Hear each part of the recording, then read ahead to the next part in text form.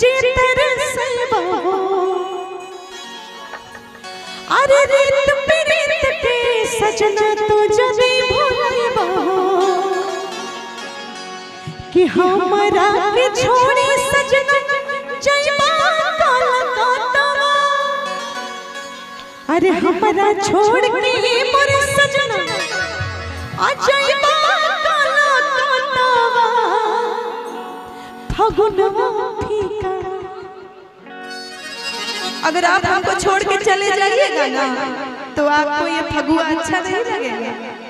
ये नहीं कह रही कि मुझे अच्छा नहीं लगेगा, कह रही है कि आपको अच्छा नहीं लगेगा। कि हमारा छोड़ के मोरे सजना अरे जइबा काला काटवा अरे जइबा काला काटवा फगुनवा फीका फगुनवा फीका फगुनवा फीका लागे मोर सजनवा फगुनवा फीका लागे मोर सजनवा कतही ना मनवा लागे मोर सजनवा कतही ना मनवा लागे मोर सजनवा फगुनवा फीका फीका लागे मोर सजनवा फगुनवा फीका लागे मोर सजनवा नया नया कन्या के अपना जे तड़पइबा हो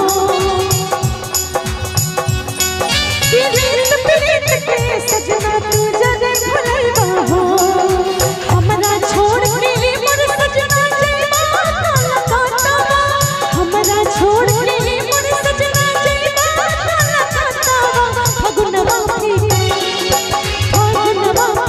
लागे मोर सजनवा फगुनवा फीका लागे मोर सजनवा।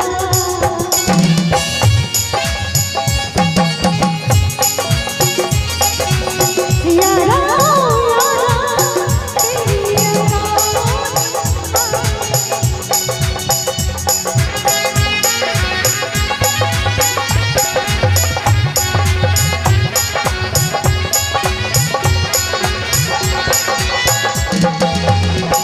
और कहती है कि पिछले साल आप हमारे साथ थे, इस बार हमको छोड़ के जा रहे हैं। कह रहे हैं कि पुलिस की नौकरी है, जाना पड़ेगा। हम रोक भी नहीं पा रहे हैं क्योंकि आपको देश की सेवा करनी है। कहती है थोड़ा मीठा मीठा कि याद करो पिछला होली हमरे संगे मनैला और इतना ही नहीं, पकौड़ी कचौड़ी पुआ पूरी हमरे हाथे खैला याद करो पिछला होली हमरे संगे मनैला पकौड़ी कचौड़ी पुआ पूरी हमरे हाथे खैला याद करो फूलन पतिया याद करो फूलन पतिया हंसल हमरे संगवा कि याद करो फूलन पतिया अरे कि हंसल हमरे संगवा पागल सारे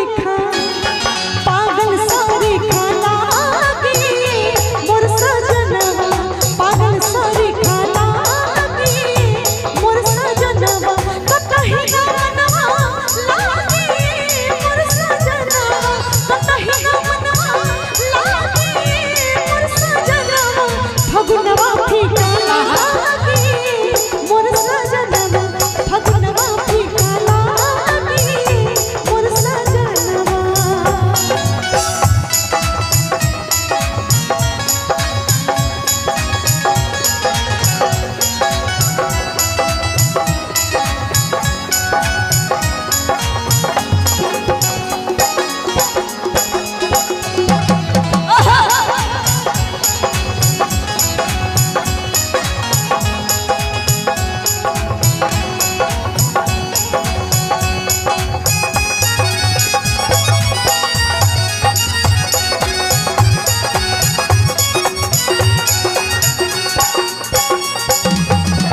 और कहती है कि जब आप हमारे साथ नहीं होंगे तो सास ससुर भसुर ननद सब हमको बेकार लगता है जी। आपके बिना कुछ अच्छा नहीं लगता। जैसे कि पहले इतना डिले नहीं था, अब इतना डिले हो गया तो हमको अच्छा नहीं लग रहा है। डिले रिवर्ब बहुत ज्यादा भर गया। सुन रहे हैं इतना ज्यादा, ठीक है होता होगा। ये देखिए, आइए, बड़ा अच्छी लाइन है कि सासु के बलिया ननद के चलिया कुछ नीक न लागी। सासु के बलिया ननद के चलिया कुछ नीक न लागी। छने छने दिल दिल मर जानी तोहरे पीछे भागी।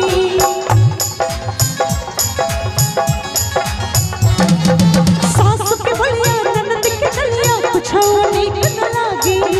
छने छने दिल दिल मर जानी तोहरे पीछे भागी।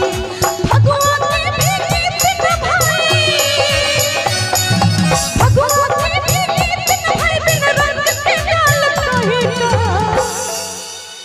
कि फगुआ के भी गीत न भाई अब बिन रंग के गाल कहेगा। पागल सारे खा। और जब आप नहीं होंगे हमारे साथ तब मिठाइयों तीखा, मिठाइयों तीखा ला